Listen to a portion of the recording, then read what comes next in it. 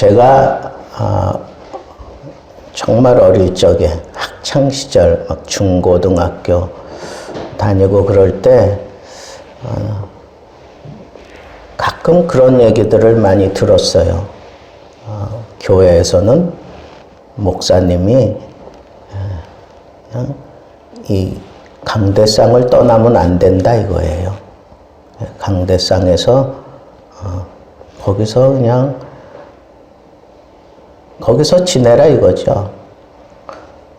근데 그게 마음에 그냥 이렇게 확 와 닿았는지 목사님들 가운데는 그냥 강대상에서 아예 이불 피고 거기서 그냥 자고 일어났던 목사님들도 많이 계셔요. 또 사모님들은 어땠어요? 사모님들은 이렇게 좀 얼굴에 뭐 이렇게 뭘 찍어 바르고 그러잖아요. 그러면 할머니 권사님들이 사모가 이게 뭐냐고 그러면서 그냥 이 칠한 걸 그냥 이렇게 다 그냥 얼굴에다가 무슨 피노키오 마스크처럼 그렇게 막 그냥 막 그렇게 해버렸어요. 근데 그 옆에 있는 권사님들이 그걸 말리는 사람이 하나도 없어요. 그러니까 사모는 그렇게 뭘 찍어 바르고 그러면 안 되는 거예요. 목사님은 이 강대상이 안방이라고 생각하고 살아야 되는 사람이에요. 그러다가 제가 이제 목회 신앙 생활을 이제 하면서 저를 이제 제가 섬겼던 목사님 그 밑에서는 그런 훈련을 또 계속 받았어요. 그러다가 이제 목사님이 바뀌었습니다. 이제 목사님 은퇴하시고 새로운 목사님 오셨는데, 이 목사님은 또 그런 게 아니에요. 가정을 잘 다스려라 이거예요. 가정을 가서 잘 다스리라는 거야. 부목사 가운데는 그냥 토요일마다 와가지고 막 철야하는 그런 목사님들도 있었어요. 근데 그러지 말라는 거예요. 집에서 아내를 사랑하고 자식들에게 본보기가 되고 자식들과 지내고 자식들 잘 가르치고 그러라는 거예요. 맨 처음에는 그게 이게 뭐 우리 보고 그만두라는 얘기인가 뭐 이제 그런 식으로 받아들이기도 했는데 옆에 있는 교회들도 보니까 다 그렇게 얘기들을 많이 해요. 이제 인터넷이 막 올라오기 시작하니까 뭐 그래도 앞서가는 그런 교회 그런 목사님들이 설교할 때 이 가정을 상당히 중요하게 그렇게 다루면서 그렇게 설교를 많이 하시는 거예요. 그러면 의식이 이게 많이 바뀌었어요. 우리 한국 초창기, 기독교 초창기, 6.25 지나고 난 이후의 초창기는 막 삶이 힘들고 어려웠기 때문에 온 성도들이 다 그냥 기도하는 일에 힘쓰고 막 그랬잖아요. 그래서 그 막 힘쓰는 일 가운데 목회자는 우선 그런 삶을 살아야 되니까 막 그렇게 막 몰아붙여도 그게 당연한 건 줄 알고 또 그렇게 살았어요. 근데 새마을운동이 성공하고 제5개년 경제 개발 뭐 이런 것들이 이게 막 성장을 하는 거예요. 막 성공을 하고 그래서 뭐 해외 수출 뭐 몇 억 불 뭐 이런 거 막 취하하고 막 그러면서 외국에서 유학한 목사님들이 이제 한국으로 들어오고 그러면서 그 사람들이 또 한국의 이 강단을 또 이렇게 리드해가는 그럴 때에 무슨 새생활 가정 세미나라든가 뭐 이런 것들이 막 교회에 막 도입되기 시작하면서 이 가정에 대한 인식이 많이 달라졌어요. 근데 그분들이 또 함께 벌렸던 게 뭐냐 하면 가정 생활 세미나 뭐 이런 그래서 막 이 상담이 중요한 그런 이슈로 떠오르고 이제 전반적으로 이제 사회가 그런 것들을 요구하기 때문에 그런 것들이 잘 먹혀 들어가는 그런 시대예요. 그래서 목사들이 이렇게 전력 투구하며 기도하고 뭐 강대상에서 눈물 콧물 흘리며 그러던 시대는 이제 아련하게 넘어간 것 같아요. 가정을 이제 알뜰살뜰하게 살펴야 되는 그런 목사님의 이미지로 많이 이렇게 바뀌어지게 됐어요. 그게 좋냐 나쁘냐 이거 떠나서 무조건 교회에 올인해라. 저 어릴 적에는 그런 압박 속에서 자랐어요. 그러다 보니까 자연적으로 가정에는 회의할 수밖에 없죠. 심지어는 목사하고 사모하고 같이 이렇게 나란히 걸어가면 그거 안 되는 거예요. 사모는 저 뒤에서 따라와야 돼. 교인들이 그런 걸 또 눈뜨고 못 보는 거예요. 그러니까 그냥 목사의 삶 모든 것은 이 교회에 다 그냥 올인해야 되는 거예요. 거기에 가정이 있으면 안 되는 거예요. 그래서 사모도 애들은 또 말할 것도 없고 그러니까 목사 자녀들은 이게 항상 문제의식으로 사회에서 그렇게 받아들여요. 그래서 PK, Pastors Kids 그래가지고 이 목사 자녀들은 항상 골칫덩어리, 문제거리 그렇게 인식이 서양에서도 되는데 우리 한국은 더 심각한 거예요, 그게. 근데 우리는 이제 삶의 질이 많이 좋아지고 그러니까 이제 그런 단어들이 많이 희석이 됐지만 지금도 저쪽 선교사 자녀들은 좀 심각해요. 얘기를 들어보면. 어려워요. 그래서 이 주의 일을 하는데 이 가정은 참 이거 애물단지인가 뭐 그런 생각이 들 정도로 이렇게 가정이 좀 도외시 됐던 것이 그게 우리 한국 기독교의 아픈 그런 흔적이에요. 그런데 여러분, 그래서 제가 이렇게 한 주간 이렇게 주일 설교를 생각하다가 이런 생각들이 막 밀려 들어왔어요. 그래서 민족의 지도자로 마지막까지 믿음을 지키고 승리했던 지도자 한 사람, 제일 먼저 떠오르는 사람이 여호수아였어요. 그래서 여호수아, 우리 잘 아는 대로 그 어릴 적부터 청년기까지는 모세의 시종이었어요. 모세의 사환, 모세의 시종. 오롯이 그냥 모세만 따라다니는 거예요. 모세만. 모세 곁에서 떠나질 않았어요. 그에게도 분명히 가정이 있었을 거 아니에요? 아버지가 있고 뭐 형제들이 있었을 거 아닙니까? 근데 그냥 모세만 따라다니는 거. 그래야 영도자가 되는 건지 모르지만 하여튼 그랬어요. 그리고 그가 모세의 뒤를 이어서 이제 이 백성들을 이끌고 가나안으로 들어가서 가나안을 다 정복하기까지 그의 인생 클라이막스가 거기 있잖아요.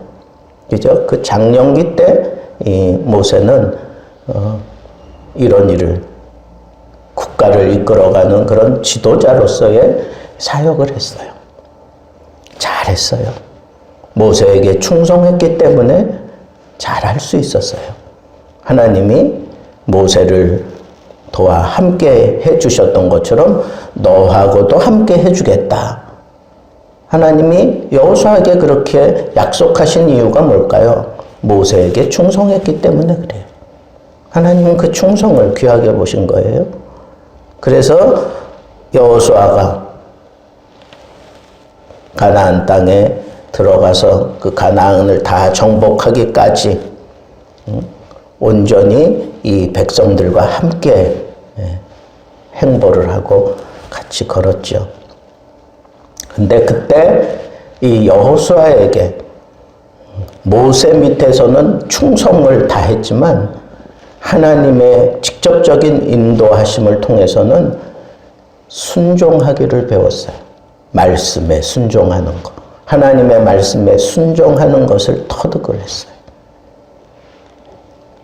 그리고는 이제 이 땅을 다 제비 뽑기 해가지고 각 지파별로 나눠주고 난 이후에,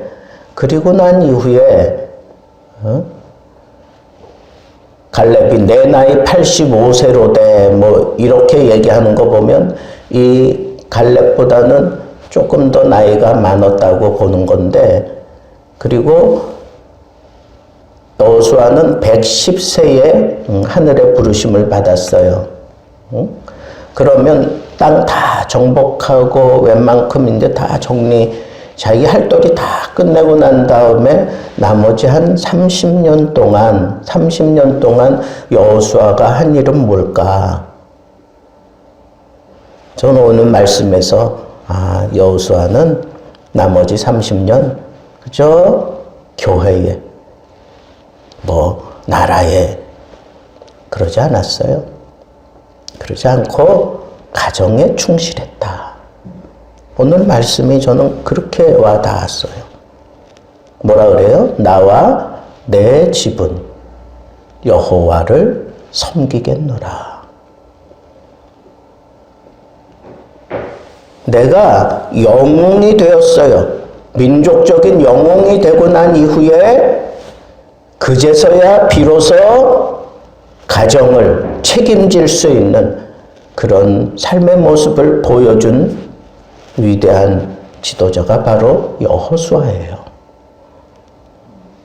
이 여호수아가 이 민족 앞에, 이 민족들에게 마지막 유언과 같은 그런 말씀, 그 결단을 그렇게 막 요구해내면서 이런 말씀한 거잖아요. 나와 내 집은 여호와를 섬기겠노라. 여러분, 그래서 우리도 우리 인생 한 30년 정도 됐을 때, 나머지 한 30년 정도 남았다 생각되면 그때는 가정에 좀 올인하는 게 좋겠다 하는 그런 생각이 들었어요. 근데 그 가정에 올인하려고 보니까 이미 아내는 아내대로, 자식은 자식대로 다 자기 의식들이 강하고 자기 뜻대로 그냥 다 이렇게 살아왔기 때문에 이 사람들에게 내가 뭘 해줄 수 있을까? 해준다는 것 자체가 좀 그렇지 않나? 이제는 자식들이 나를 챙겨야 되는 시대가 된 것 같다 하는 생각도 들고 막 그래요. 그럼 도대체 뭐 할까? 이 가정을 위해서 내가 할 수 있다면 뭘 해야 될까? 그래서 오늘 말씀에 제가 좀 집중해 봤습니다. 그래서 이 노년기에 접어들면서 혹은 가정에 이제 충실해지고 싶은 사람들은 여호수아가 그 초창기에는 충성했고, 그리고 자기가 막 앞장서서 막 열정을 가지고 그렇게 애를 쓸 때에는 하나님의 말씀 붙들고 순종했고요. 그리고 마지막 하나님 앞에서 내 인생을 돌아보며 그 풍성함을 누리며 자녀들과 함께 그 믿음의 삶을 나누는 그 삶 속에서는 뭘 해야 될까? 오늘 말씀에 자주 등장하는 섬김이라는 단어가 나와요. 섬김. 섬김이 뭐예요? 서비스 하는 거지, 서비스. 여러분, 가정이 잘 되기 원하세요? 가정이 잘 원만하게 평안하고 그리고 기쁨이 넘치고 창화하는 소리가 나고 막 그런 가정 꿈꾸잖아요. 그러기 원하세요? 그러면 그걸 원하는 사람부터 먼저 뭐 하라고요? 서비스. 섬겨주라는 거예요. 섬겨주라는 거. 뭐 계급장 다 떼고 섬겨주세요. 아빠로서 섬겨주고, 엄마로서 섬겨주고, 자식으로서 섬겨주고, 그에 대한 하나님의 말씀이 있잖아요. 그 말씀의 원리는 벗어나면 안 돼. 아버지가 섬겨주고 엄마가 섬겨준다고 해서 자식들이 아버지 엄마 알기를 우습게 알거나 그러면 안 되죠. 그러면 안 되지. 그거는 하나님의 말씀에서 벗어나는 거잖아. 순종해야 돼요. 부모에게는. 순종해야지. 그게 복받는 비결이라 그랬잖아요. 그런 하나님의 말씀의 원리는 지켜나가되 그 가정이 평안하고 잘 되기 원한다면 너나 할 것 없이 모두가 다 서비스 해야 돼. 서비스. 잘 섬겨줄 수 있어야 돼. 우리 어릴 적에는 그런 얘기 많이 들었어. 우리 장로님도 집사님도 그런 얘기 많이 들었을 거예요. 권사님도. 남자는 부엌 가까이에 오면 안 돼. 그리고 부엌에도 못 오게 있어요. 남자들은. 여러분들은 안 그래요? 다 그런 얘기 들으면서 자랐어요. 그랬기 때문에 우리는 그게 당연한 걸로 그렇게 생각하며 자랐기 때문에 부엌에 가서 일하고 막 이러는 게 그게 잘 맞지 않을 수도 있어요. 힘들 수도 있다고.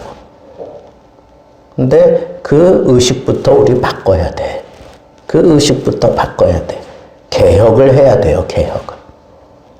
여기 보면 여호수아가 막 결단을 추구하며 막 그렇게 요청할 때 오늘 결단이 필요하다 그러면서 막 요청할 때 그 사람들이 너희들이 왜 여호와만 섬기겠다고 그렇게 말하는 것인지 너희들 스스로 좀 깨달아봐라 하는 식으로 막 몰고 가니까 이 사람들이 결단을 했어요. 결단을 하면서 우리가 다른 신 섬기지 않고 오직 하나님만 섬기겠다. 우리도 왜 그런가? 거기 보니까 하나님은 우리를 애굽 땅 종 되었던 곳에서 우리를 인도해 오신 분이다. 그리고 우리 목전에서 우리 눈앞에서 큰 이적들을 행하셨던 분이다. 그리고 우리가 행한 모든 일, 그리고 우리가 지난 모든 그런 길과 모든 백성들 중에서 우리를 알뜰살뜰하게 보호해 주신 분이 하나님이시다. 그리고 여호와께서 이 땅에 거주하던 이 강한 아모리 족속들을 우리 앞에서 다 쫓아내 주셨기 때문에 우리는 하나님만 섬겨야 되는 것이 마땅하다라고 그렇게 자기들의 의지를 재천명하고 있는 것을 볼 수가 있어요. 깨달은 거야. 하나님이 이런 분이지. 하나님이 이렇게 우리와 함께 하셨지. 우리를 이렇게 보호하셨고 우리 앞에서 이런 이적을 보여주셨고 우리를 이렇게 인도해 주셨고 우리가 감당할 수 없는 그런 모든 일 하나님의 손으로 다 푸시고 하나님이 해결해 주셨지. 그 하나님을 우리가 지금 잊고 살았구나. 하나님 앞에서 우리가 온전히 이제 하나님만 섬기며 살아야 되는 거구나 하는 그런 고백을 하기까지 하나님이 함께 하시고 도와주셨던 것을 이 사람들이 떠올렸어요. 떠올리고 난 다음에 결단을 하잖아. 마찬가지예요. 내가 서비스 정신, 섬김의 삶을 살려고 하면 이런 의식 변화가 일어나야 돼요. 이 변화가 일어나지 않고는 내가 제대로 섬김의 삶을 살 수가 없는 거예요. 여러분, 지금까지 살아왔던 것이 그게 옳은 것 같은 생각하지 마세요. 잘 생각해 보세요. 또 그런 압박 속에서 자라왔고 또 그런 환경 속에서 우리의 삶과 행동이 그렇게 결정되어지며 살아왔는데 그것이 옳다라고 생각하면 안 돼요. 그건 얼마든지 변화될 수 있는 거예요. 문화는 계속 변화되어 가는 거예요. 하나님의 말씀은 1.1획도 변하지 않지만 그 말씀이 적용되는 그 문화는 그 시대에 따라서 계속 변화될 수 있는 거예요. 또 그렇게 되어만 되고 나는 어릴 적에 수학할 때 야, 이 어려운 걸 왜 하나 막 그랬는데 내가 그 어렵다고 생각하던 그 중학교 뭐 인수분해하고 뭐 미적분 문제 뭐 이런 거 다루던 막 머리 찌긋찌긋한 게 그게 애들이 이제 태어나가지고 아빠 나 이거 좀 가르쳐 달라고 가져오는데 이게 초등학교 뭐 2, 3학년 뭐 그때 막 그런 것들이 나오더라고. 여러분 그 갭이 얼마나 넓은 거예요. 이게 변화되지 않고는 이 시대를 우리가 제대로 살 수 없다는 거예요.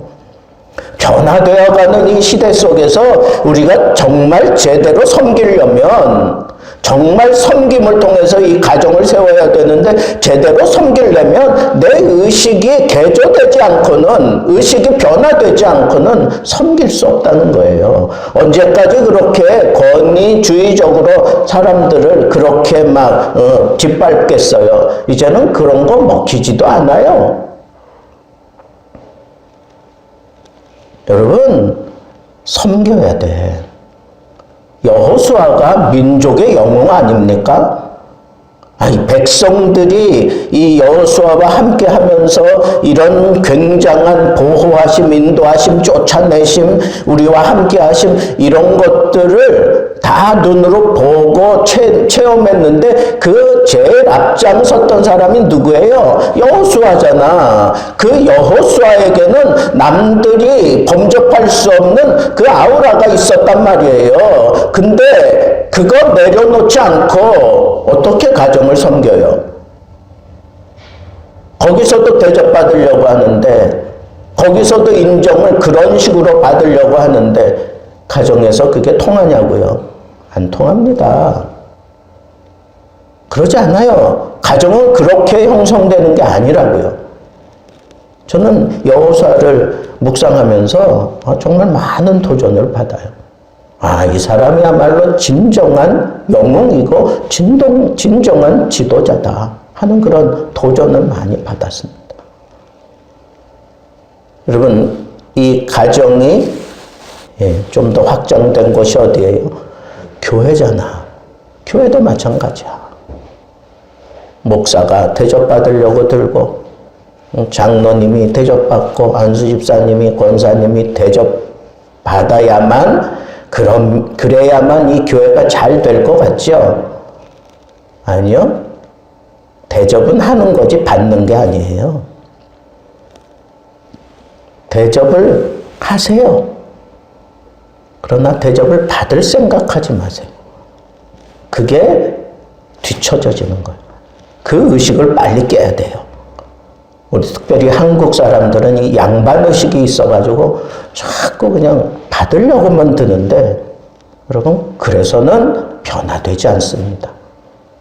특별히 가정은 더해요. 봐라, 나와 내 집은 여호와만 섬기겠노라. 나 이렇게 얘기하는 여호수아가 진정 인생의 성공자다. 나는 여호와만 섬기겠노라. 이건 충분히 내가 100% 이해할 수 있어. 근데 나와 내 집은 여호와를 섬기겠노라. 이렇게 얘기할 수 있는 사람이 우리 가운데 얼마나 있을까요? 아니 이 세상 사는 사람들 가운데 얼마나 있을까요? 아내가 내 마음대로 됩니까? 자식들이 내 마음대로 됩니까? 지금 그런 시대 아닙니까? 됩니까?